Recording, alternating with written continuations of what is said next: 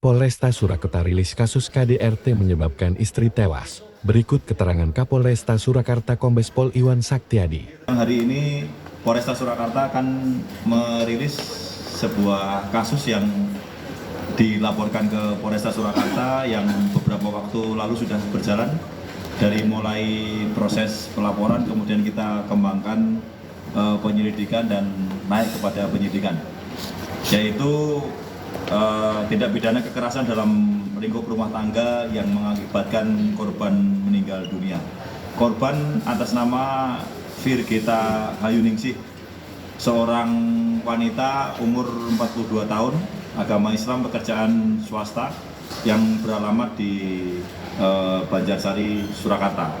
Sementara tersangka adalah suaminya sendiri, saudara AS, laki-laki 47 tahun, agama Islam, pekerjaan swasta, tinggal serumah dengan korban.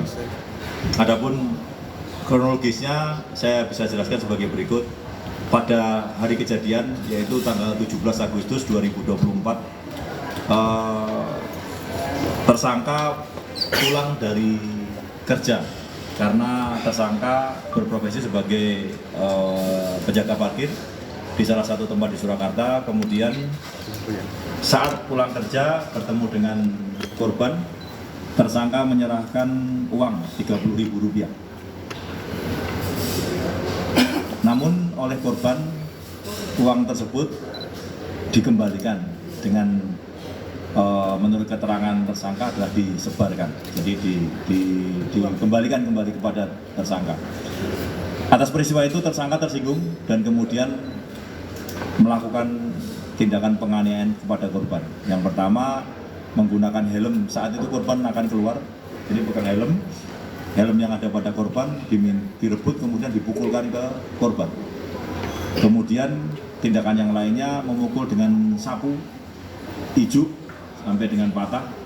Kemudian yang menurut keterangan tim dokter yang nanti ada sambungannya dengan ekshumasi kami adalah dibanting. Jadi membanting korban. Kemudian setelah kejadian tersebut, kondisi korban memburuk, kemudian dilarikan ke rumah sakit. Sesampainya di rumah sakit, dari hasil pemeriksaan, si tersangka sempat menyampaikan kepada perawatnya untuk dalam pesanannya yang bersangkutan adalah untuk menutupi artinya menyembunyikan apa yang hasil dari pemeriksaan medisnya.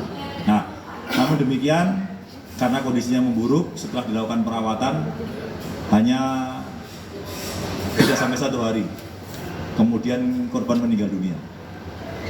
Kemudian saat berita tersebut diteruskan kepada keluarganya, keluarga korban maksud saya, keluarga si almarhumah, adiknya, saudara Y, kemudian ke rumah sakit. Dan saat proses pemulasaraan jenazah korban, saudara Y yang merupakan adik korban sekaligus saksi ini mendapati tanda-tanda yang menurut penilaian yang bersangkutan tidak wajar. Ada beberapa lebam di tubuhnya, sehingga dari fakta tersebut yang dilihat dan didapati, korban akhirnya memutuskan untuk melaporkan ke Polresta Surakarta pada tanggal 23 setelah tanggal 21 setelah pemakaman.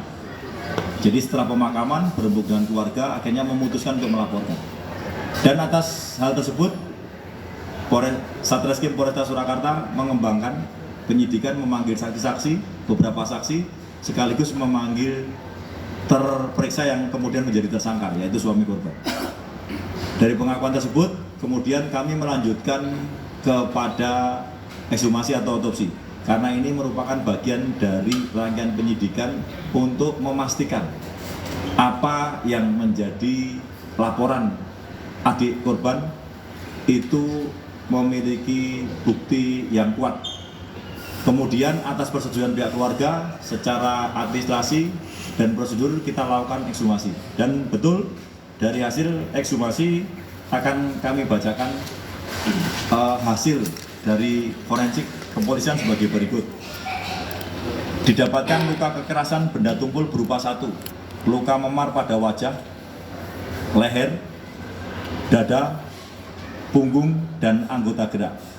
Kedua, resapan darah pada kulit bagian kepala bagian dalam, tulang tengkorak, otot dada, dan otot punggung.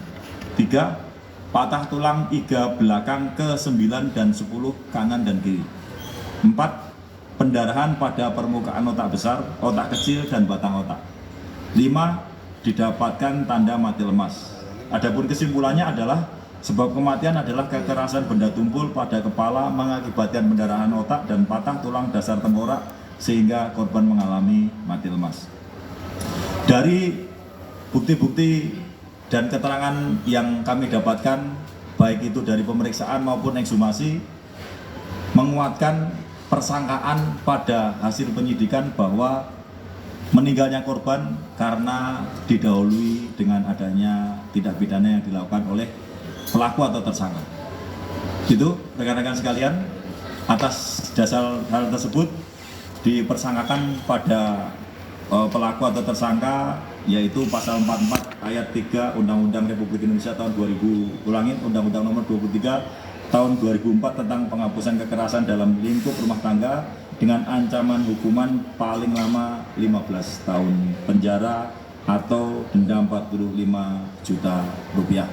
Demikian yang kami sampaikan kepada rekan-rekan pada siang hari ini.